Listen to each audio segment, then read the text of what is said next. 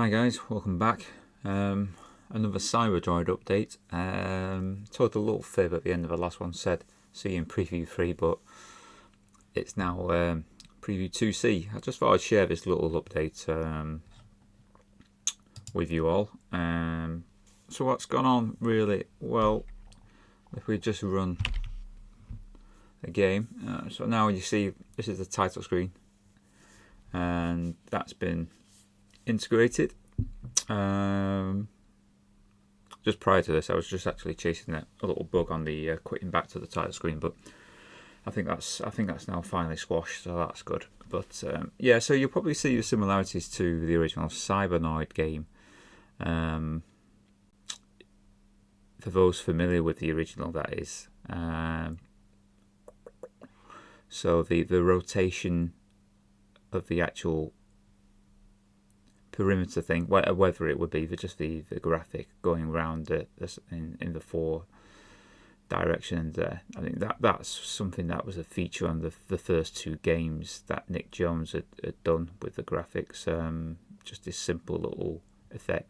I've taken it down from 2 characters wide to a single character on my version.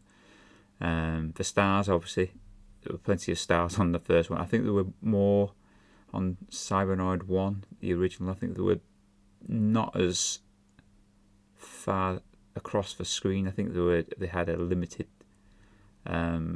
placement, but on Cybernoid 2 I think they're all over the show.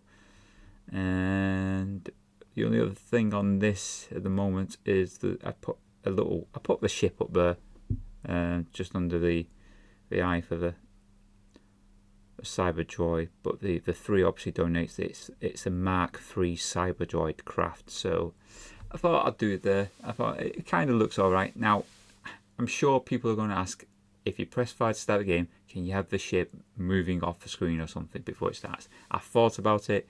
It's not a higher priority, but I'll maybe consider it. I figured maybe there might be a little bit, because the original games had a little bit of animation. I think on the first game, the title, it dropped into place, and on the second game, I think there was a 2 for Cybernoid 2 that shifted on from the left-hand side of the screen into position. So I could do something similar with the ship. It could drop on come in on a diagonal from the top right and then go off to the bottom left somewhere maybe, but that's for the future anyway. So I just thought I'd show you the title screen, which is in place at the moment now, and obviously the credits will rotate with scores and maybe some greetings, thanks, or whoever, if I decide to put something in like that. And then there'll probably be the fire to play will be flashing or something. I think then might be some sort of it might alternate between press, I don't know, a function key for options or something like that, because I think there'll probably be a few options in this, so you can turn sound and music on, off, like, and then the player controls as well might change, and I'll mention that as we go into the game now. So I'm going to press fire now. Okay, so for those who were really observant, there was a little counter that's gone up to E, so that was like a little pause before we start. Now I've got that in because what will happen is when you're at this stage, there'll be like a little alarm sound, which it'll be just like there'll be a little indicator flashing on and off on screen as soon as that value gets hit, just saying press fire to launch your craft, basically, because you just sat on the deck at the moment, and it will just like fire to launch. It'll just go beep beep beep, something like that, with some sort of alert sound, just to tell you to take off, because otherwise you're not going to get very far. So if we press control now what you'll see is a little effect that I've added to the actual ship as I'm pressing fire to launch. So again, just focus on that, and you'll see that. You'll also notice I'm just going to put a version control thing at the bottom there. That's just for my reference, obviously, but So you'll see the differences when we get to preview 3. I would imagine it'll be on beyond that quite a bit, but yeah. So anyway, so let's just press fire to launch, and there we go. So you have these little bit of thrusters underneath the craft on the launch sequence there. So I thought that was a nice little thing to add in. And now we've got the player craft just bobbing up and down a little bit now. So again, that's something else. As just only about 6 pixels in terms of its movement up and down, but a little bit of oscillation, but it's not much. But it sort of gives the effect, doesn't it? And obviously you can still turn right, and it's bobbing up and down and left. So now I stop the bobbing up and down when I'm moving at the moment. Now, just going back to the options I just mentioned, I think I might give it as an option for you, but only if you go left and right, not if you went diagonally up, left or down, because then it gets a bit of a pain to control, quite frankly, because I've been testing it quite a bit and I'm not happy with it, and I don't think anyone would be happy with it if they would try to play it. They think it would be too awkward. So I mean, there's another option where you can just turn this little bounce off, probably, I think, because obviously you don't want it when you're moving up and down and stuff like that, because the only difficult part for me is when it comes to do with collision on the because it'll encroach. But if your shipping counts as a solid object, then it should rightly so bounce back up a bit, and so it might end up doing that. But how irritating or not that will be, I don't know. So that's why it's only at such a minimal 6 pixels at the moment, and it's only when, like, maybe I only activate it after a certain amount of time. That could be another thing. I could put a time delay in there, so if you not say hit the joystick for a few seconds maybe, then start the hover again. So there could be a little timer going in the background, and then we reset that obviously every time. So anyway, at the moment, yeah, so this version, because I did say preview 3 for all the collision stuff and whatever with sprites in the background, and that is the case. I've just not had massive amount of time to do everything at the moment. So so the firing routine's still there, but there's no collision yet with it. So now, previously I said I was going to tidy up the screen flick routines, and that is something which I have done now. So if we just move off screen, and we'll notice that we've got aliens in place. We've also got these little plasma turrets like firing out stuff. Now they'll change slightly because I've had a different idea in the last few days. At the moment they're just in there just to see how they look, but what they will do is they'll keep on travelling until they hit a solid object, and then they'll fizzle out, like you see that fizzling out effect there now. And similarly, if they came into contact with yourself, they would do a fizzle out effect, but probably in a different colour, to say that it's reacted with your ship or something. So yeah, and they'll have all their own sound effects, I would imagine. So if we just move out of the way of one there, okay. Now we've got these girder bots, I've called them in the code. I think these will start to follow you around, so they like ghost your position slightly, just to make it a bit more difficult to pass. Some of them will. They could all have different characteristics on each one that you come across. So that's another little thing there. So, and these column bots, like I was going about, these ones now which are travelling up and down in between. So similar again to the original Cybernoid. I only put one of them in there. I didn't want to multiplex and put another one in, quite frankly. I could do on later levels. There's nothing to stop me doing that. But as it stands, they're just moving, and they're just moving in a very basic fashion for now. I will probably change that. I could add a bit of momentum going into it. I did have the idea that they would probably like thrust all the way up to the top, and then they would just drop back down and bounce and settle. So they could move in, like I said, different ways to what they are now. But it gives you a gauge of, you know, it gives you that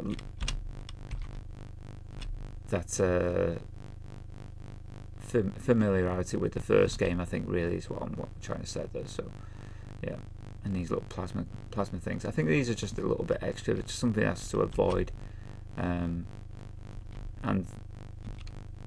how many there'll be or not, I don't know. But so let's go across now. So let's have a look. So still 5, but yeah. So you've got 1 on this screen here. Now, what it will probably do as well. Now, depending on what we've got, and depends on how I do them, but there's these things here. Now, these things are gonna be nasty as well. So when you get in proximity of them, they'll probably shoot out some sort of electrical bolt or something. So you might see electrical like bolt coming out on the left and then straight up and then out to the right, and so that effect might just alternate, and these things might only activate in proximity to them. I don't know if there's any point in them being on all the time. I don't know, I've not decided yet, but you kind of get the idea anyway. So it's just like another enemy, and you can see obviously now we've got these upside down bots as well. So we've got the ones, and they're just inverted versions of the original ones down there, and these will probably fire, I would imagine, as well, I think. But like I say, some of these bots will yield little power-ups or crystals or something, I'm thinking. But there may be additional power gems or something that you just got to collect, and they might be just whizzing around on the screen. Something that you've got to collect anyway on screen. I've got to design them and draw them yet, but I mean they're much later down the line. They're not really a priority for me at the moment yet. So if you just try and get out of the way of that, yeah, okay. So no collision. I'm just trying to give you the idea of what you would have to do. So there would be something here that would be trying to grab you, draining your energy, probably a shield or whatever. Then yeah, let's get over there.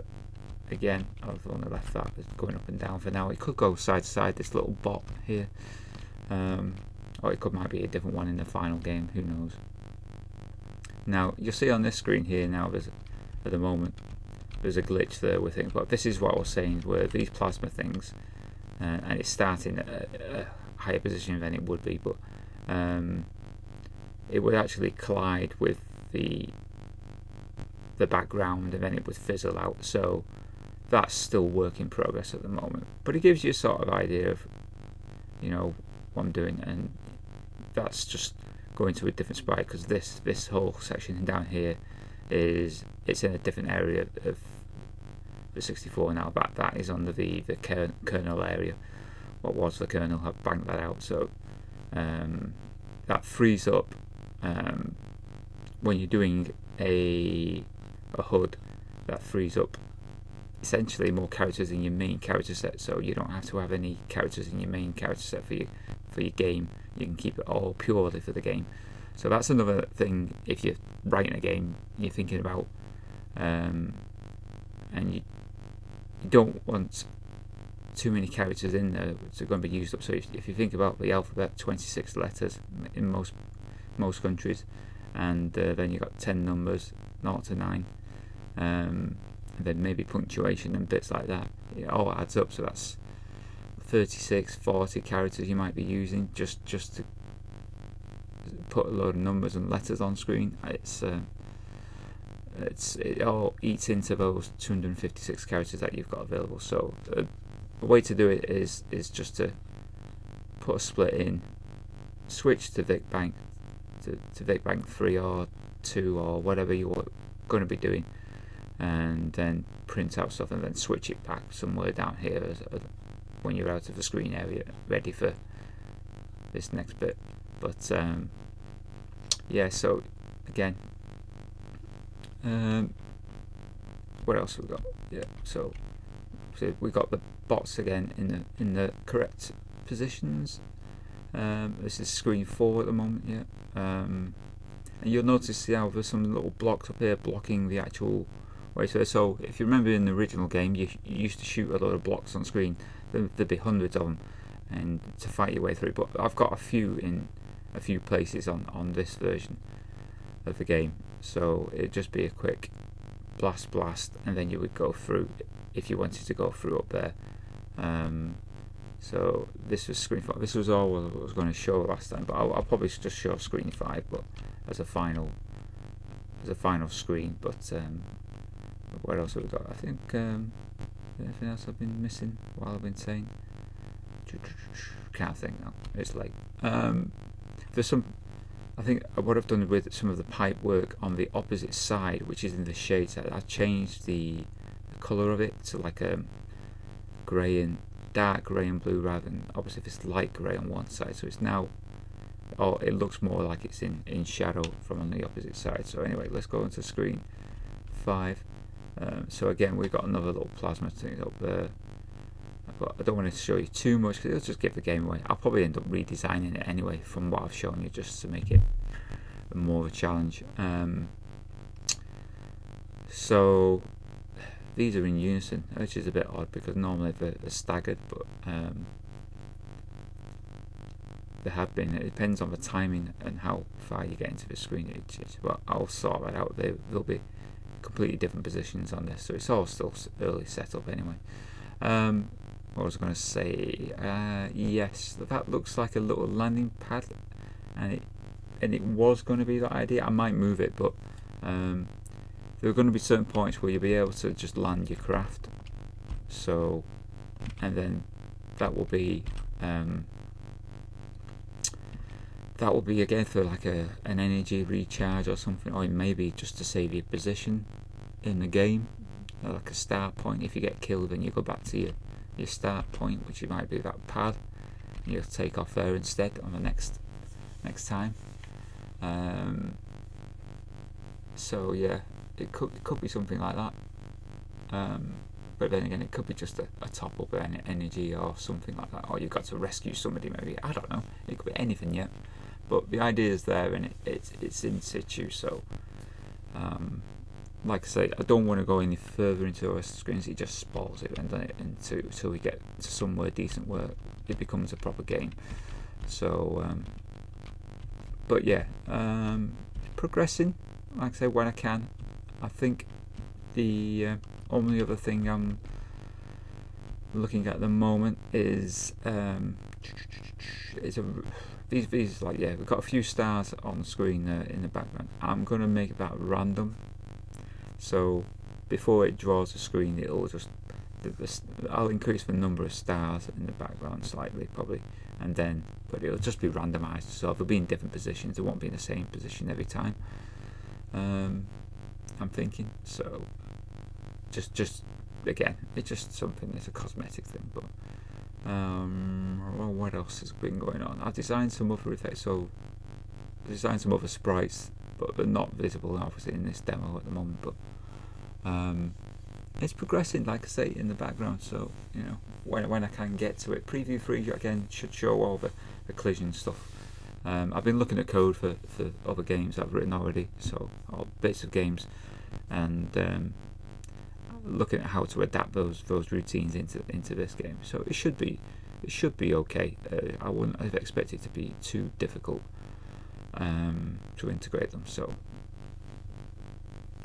yeah, all being well, preview 3 should have those things in. Again, at this time I'll probably just say thanks to those who've responded on the previews and stuff that I've been putting out. Like I say, there's probably more on Twitter or X if you want to go to there and look at things on that channel. I tend to put more updates out there. I think as mentioned previously. So if I just so if I go to there, it's you can see the my YouTube channel. Obviously trying to push for that 300 subscribers by Christmas. I think that'll be good. And then there's the Twitter, obviously, and there's a few more bits, and obviously mention Christmas Caper, so there'll probably be another video about Christmas Caper release 4.3 coming soon as well, so other little bits. But yeah, so this was just a brief update. You can say follow me on there if you want as well, if you want a bit more. Sometimes I put a bit of music that I found for Christmas Caper, but I've no idea what it was going to be. I think it was going to be for some sort of level complete or something type tune, but again, yeah, so you can find these little bits of that, which I don't always upload to like YouTube. So But if you're just happy being on YouTube, then that's great. Thank you for being on there, and like I say, just give the old video a like and a comment as to what you think. That would be appreciated. There's a lot more things coming to the channel as well at some point in the near future. I'm going to be looking at, as an interim, some past games and patching some past games for some like glaring bugs. I think that would be nice to do. There's a nice little command in Kick Assembler which allows you to patch like program files with a bit of code, and then you can write out a new version of it, and I think that would be ideal for making a patched version of some old games. So we'll be going into that sometime. I think that might be a nice little feature to add. And also I'm going to be doing a small little segment on animation, because people have asked me about the animation on the like the fans in the game there. So how I did these little fans spinning around. So there'll be a small little segment soon coming up on that. So look out for that. That'll just basically, I keep it at a high level. It won't be low level. It won't be very technical, but it'll just be how I did that effect and what you've got to do if you want to put that into your own game. There's a lot of people out there wanting to learn new games, learn how to write new games and stuff like that, and wanting to write one for the first time because they've seen some of these videos that I put out and they've been inspired by it, which is good. It is great, because the more games for the 64 the merrier. Because I think there's a lot of I think the Spectrum Next, that's getting a lot of attention now at the moment, more so than what the Mega 65 has. I think really people have got Mega 65, but not a lot's been written yet for it. So I think people who've got the Mega 65 probably need to do a bit more on that front as well, just to compete with these Spectrum Next games which are coming out, because I haven't seen loads on YouTube at the moment. So, but this, like I say, it's going to be, I don't know, well into next year before we get a fully first playable level, I would think. Don't know how far into next year, it depends again on time and stuff, but as it stands, it is, like I say, I'm making progress bit by bit every time I touch it, so it's coming along. But yeah, Christmas Caper all 4.3, that'll be December, early I would imagine, before Christmas this time and not after, which has been previously due to too many things going on. But we're all busy, aren't we? This is it. We're just too busy these days. I wish I was retired already, but there we go. Okay, so this has just been, like I said, another brief update before Preview 3. So that will make its way in the next few weeks, I would imagine, before Christmas, maybe, hopefully. I'm hoping so. But yeah, so whatever you're up to, guys, enjoy it, stay safe and all that. Let's play some games if you can, and like I said, I will see you probably now in Preview 3. I think the next one I won't do a 2D. I'll just crack on and then just get Preview 3 out the door, which will have all the collision stuff in, which I want to, and the collision with some of those sprites, so I can shoot them and then turn them into goodies to collect or whatever it might be, and then obviously get the plasma sorted there. So but yeah, there we go. So that's me done. Like I say, short preview update, and take care, and I will see you again next time. Alright, bye for now, guys. Bye.